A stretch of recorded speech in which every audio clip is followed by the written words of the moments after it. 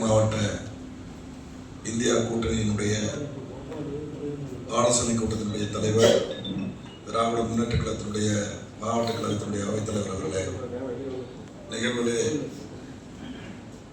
நடைபெற இருக்கின்ற இந்த கண்டன ஆர்ப்பாட்டம் மைய அரசுக்கும் தேர்தல் ஆணையத்திற்கும் உச்ச நீதிமன்றத்திற்கும் எதிரொலிக்கின்ற வகையிலே எப்படி இந்த ஆர்ப்பாட்டத்தை நாம் நடத்தி காட்ட வேண்டும் என்பது குறித்து உரையாற்ற இருக்கின்ற மாவட்ட கழக செயலாளர் உள்ளிட்ட கூட்டணி கட்சியினுடைய மாவட்ட கழக செயலாளர் உள்ளிட்ட திராவிட முன்னேற்ற கழகத்தினுடைய அனைத்து நிர்வாகிகளுக்கும் மறுமலர்ச்சி திராவிட முன்னேற்ற கழகத்தின் சார்பில் முதற்கண் வணக்கத்தை தெரிவித்துக் கொள்கிறேன்.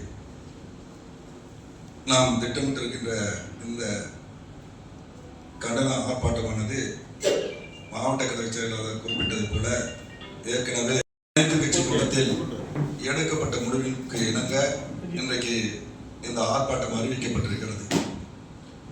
இது ஜனநாயகத்திற்கு விடப்பட்டிருக்கின்ற சவால்.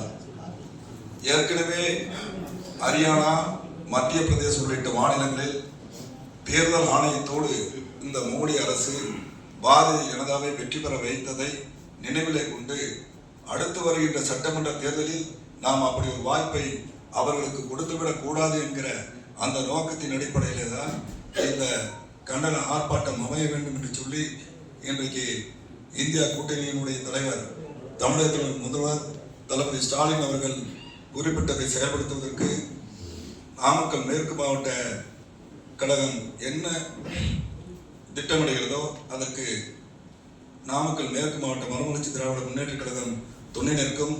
நாங்கள் எங்களால் இயன்ற அளவுக்கு கூட்டத்தில் பங்கெடுப்போம் என்று சொல்லி வாய்ப்புக்கு நன்றி. இடம் அமர்கிறேன். நன்றி, வணக்கம்.